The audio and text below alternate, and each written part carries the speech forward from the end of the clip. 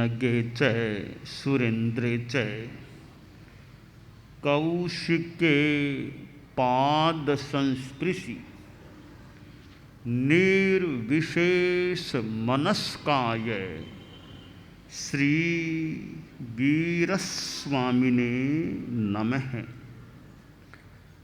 आरहत वाङ्मय में कहा गया है, नाणस्य सवस्य पगासणाय अन्नान मोहस्य विवज्जनाय रागस्य दोषस्य शंख एणम एगंत सुखम समुवेई मुखम।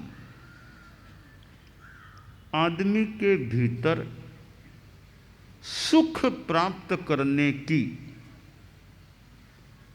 आकांक्षा रहती है। एक वह सुख होता है जो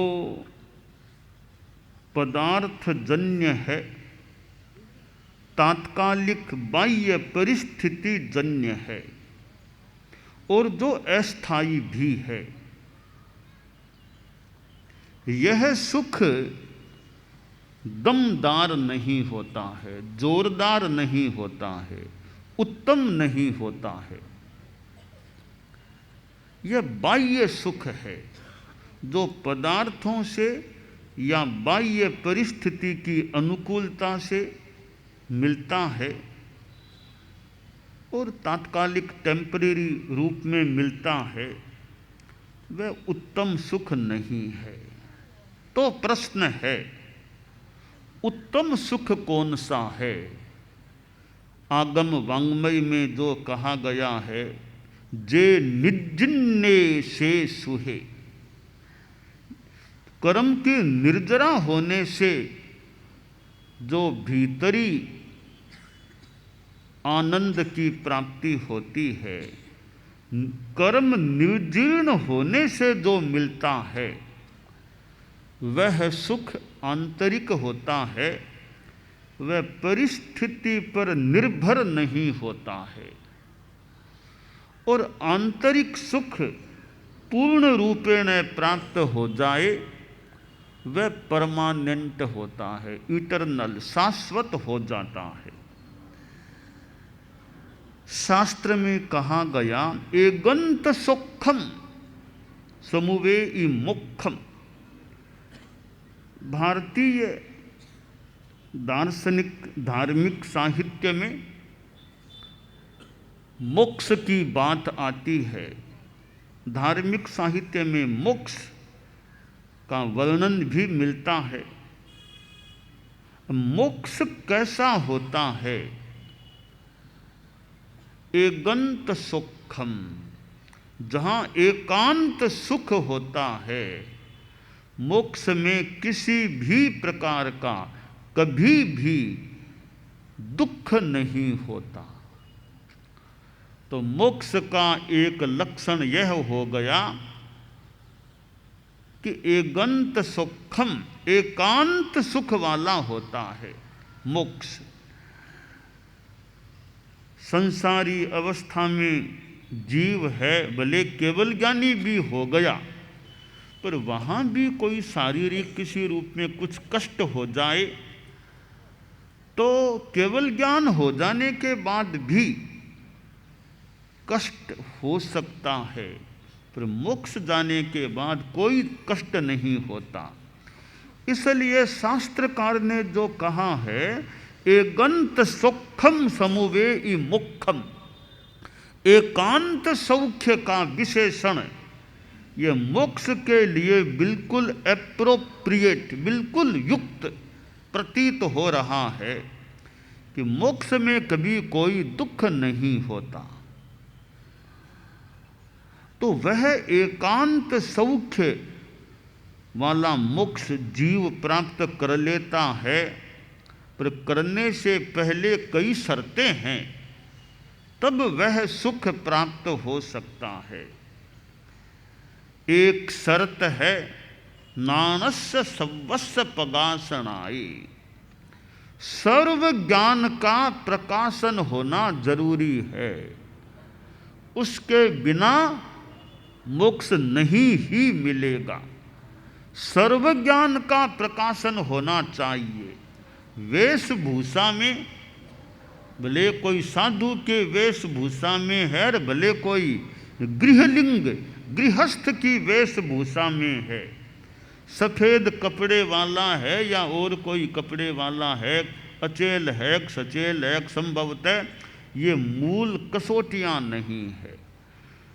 परम कसौटी है कि सर्व ज्ञान का प्रकाशन भीतर में हुआ या नहीं। वह हो गया है तो निर्बाध रूप में मोक्ष पहुंचा जा सकता है। सर्वज्ञान का प्रकाशन भी तभी होगा, उसकी भी शर्त पूरी हो। सर्वज्ञान प्रकाशन की फिर शर्त है। वो शर्त क्या है? शर्त क्या है? रागस्य दोषस्य संख्येणम, कि राग द्वेष का क्षय हुआ या नहीं। राग द्वेष का क्षय हुए बिना सर्वज्ञान प्रकाशन नहीं हो सकता। हर किसी को केवल ज्ञान प्राप्त नहीं हो सकता।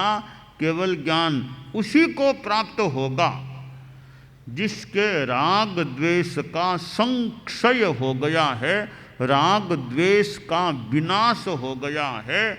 उसी व्यक्ति को सर्वज्ञान प्राप्त हो सकेगा, केवल ज्ञान केवल दर्शन प्राप्त हो सकेंगे।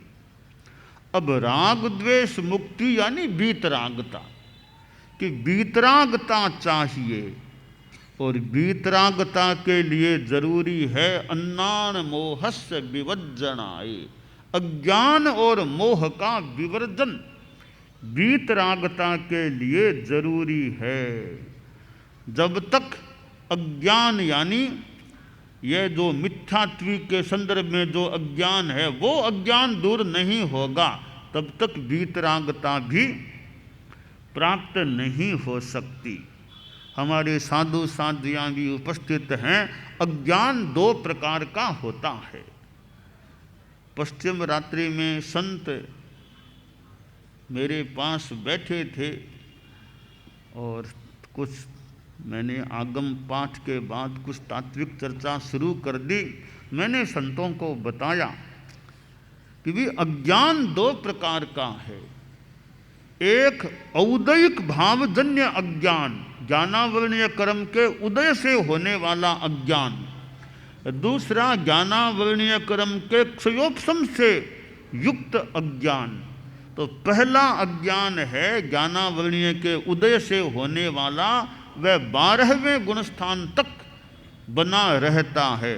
हमारे संतों ने भी कुछ उत्तर दिए थे, हमारी आपस में चर्चा चली, कुछ मैंने बताया, कुछ संतों को प्रश्न किए हमने, कोई सही कोई गलत, जो भी उत्तर भी आए थे।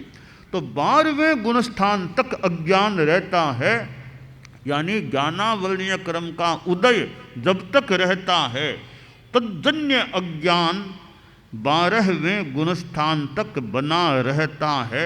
मात्रा कम ज़्यादा भले हो, रहता है। दूसरा जो ज्ञानावरणीय के क्षयोपशम से युक्त जो अज्ञान है, वो मिथ्यात्व युक्त होने के कारण अज्ञान है।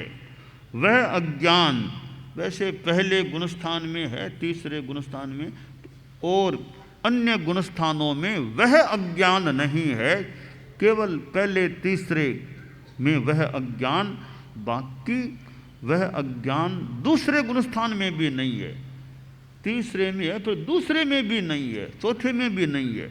तो अज्ञान दो प्रकार का, हमारे साधु साध्वियाँ समणियाँ शायद धारणा होगी कईयों को, न हो तो हो जाए, है तो और पुष्ट हो जाए कि अज्ञान दो प्रकार का है। तात्विक भाषा में मुझे स्मरण होने लग गया, गुरुदेव तुलसी एक बार विराजमान थे, मेरी भूल न हो, नथमल जी टांटिया आ गए थे। नथमल जी टांटिया विद्वान आदमी, जैन विश्व भारती में रहते थे, काम करते थे, और मैंने भी उनके पास डिक्टेशन लिया, न मुझे डिक्टेशन देते थे मैं नोट करता और वे बोलते अंग्रेजी में, मैं नोट करता जाता, मैं ग्रंथागार में जाकर उधर बैठता, वो वहाँ रहते, वो बोलते जाते। मैं गुरुदेव तुलसी का इंगित था कि तुम इनके पास यानी काम करो, अंग्रेजी में लिखो, तो मैं यूँ लिखता भी था।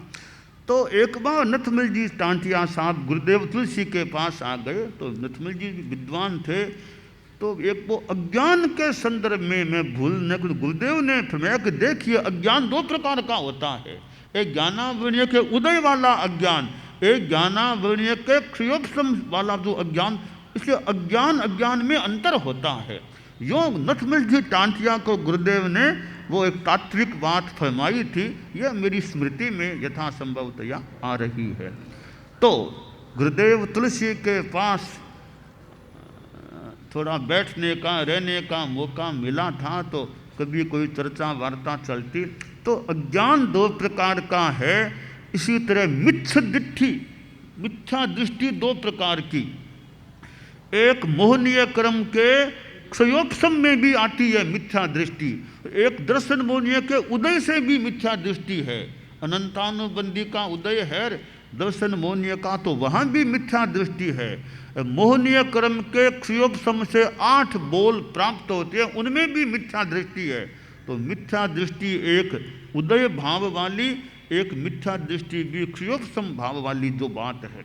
यूँ शास्त्र में कहा अन्नान मोहस्य विवर्जनाय, हमें अज्ञान और मोह का विवर्जन करना होगा, तभी वीतरागता की स्थिति प्राप्त हो सकेगी। यूँ इस श्लोक को मैं एक तरह से एक स्टेप वाइज प्रस्तुत करूं, तो पहला स्टेप बनेगा अन्नान मोहस्य विवर्जनाय, ठीक है ना। पहला स्टेप अन्नान मोहस्य विवर्जनाय, अज्ञान मोह का विवर्जन। दूसरा स्टेप होगा कि रागस्य दोषस्य शंख एणम। तीसरा स्टेप होगा नानस्य सब्बस्य पगासनाय। चौथा स्टेप वो होगा अंतिम, एगंत सुखम समुवे मोक्षम, एकांत सौख्य वाले मोक्ष को प्राप्त कर लेना। तो इस श्लोक में 4 चरण हैं, वो अपने ढंग से चरण हैं। तो स्टेप वाइज हम देखें तो सबसे पहले स्टेप में हम जाएं तो अन्नान मोहस्य विवर्जनाय, दूसरा स्टेप हो जाएगा रागस्य दोषस्य शंख एणम, तीसरा स्टेप होगा नानस्य सब्बस्य पगासनाय, अंतिम चौथा स्टेप और निष्पत्ति होगी एगंत सुखम समुवे मोक्षम, एकांत सौख्य वाले मोक्ष को प्राप्त कर लेना। तो आज यह जो दीक्षा समारोह आयोज्य है, हो रहा है, यह दीक्षा भी एक प्रकार से एगंत सुखम समुवे मुखम कि दीक्षा क्यों का एक आधारभूत आगमिक सूत्र यह संभवतः बन सकेगा कि एगंत सुखम समुवे मुखम, एकांत सुख वाला मोक्ष पाने के लिए हम दीक्षा लेते हैं या दीक्षा लेनी चाहिए। तो दीक्षा या मुनि दीक्षा प्राप्त होना बहुत बड़े भाग्य की बात होती है।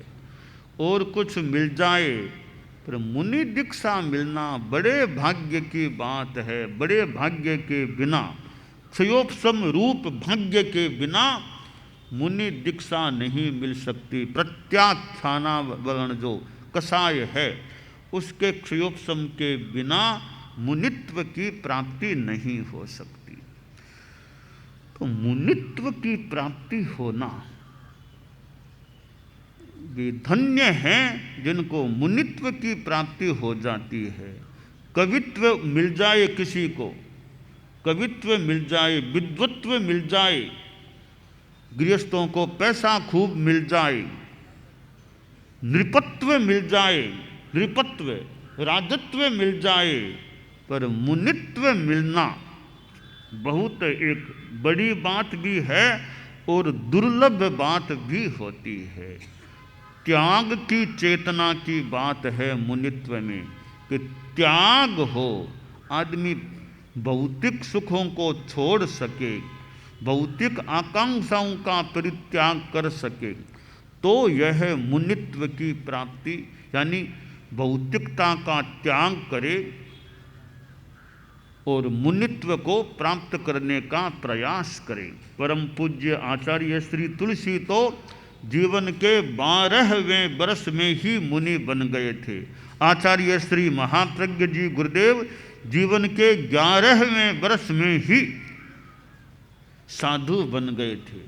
कितनी छोटी उम्र! हमारे अनेक संत छोटी उम्र में बालावस्था में साधु बने हैं, और तो क्या करीब 9 वर्ष की अवस्था में ही।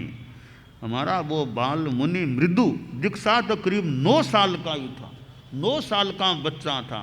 कुमार समण जी थे, मुझे याद है, वो समण बने फिर साधु बने, 9वें वर्ष में थे तब समण बन गए थे संभवतः, बाद में साधु। तो छोटे बच्चे 9 वर्ष, मृदु एकदम करीब 9 वर्ष का बच्चा था, दीक्षा ली थी। अनुशासन भी छोटा ही था पर ये 9 वर्ष का ही था।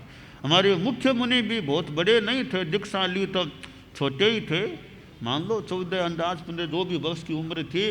तो यहाँ छोटे छोटे हमारे कितने संत हैं, छोटे छोटे दीक्षित हुए हैं और बड़े भी हुए हैं। हमारे ध्यान मूर्ति जी हैं, बड़ों का उदाहरण देना हो तो मुनि ध्यान मूर्ति जी जीवन के 8वें दशक में 78वें वर्ष में, यानी 77वें वर्ष में, 77वां चालू था तब मुनि बन गए। तो दीक्षा वृद्धावस्था में भी मान्य है, युवा अवस्था में भी मान्य है और बालावस्था में भी मान्य है। तो आज जो दीक्षा होने जा रही है वो बालावस्था वाली नहीं है, युवा अवस्था वाली दीक्षा होने जा रही है। तो यह दीक्षा का प्राप्त होना एक बड़े भाग्य की बात होती है।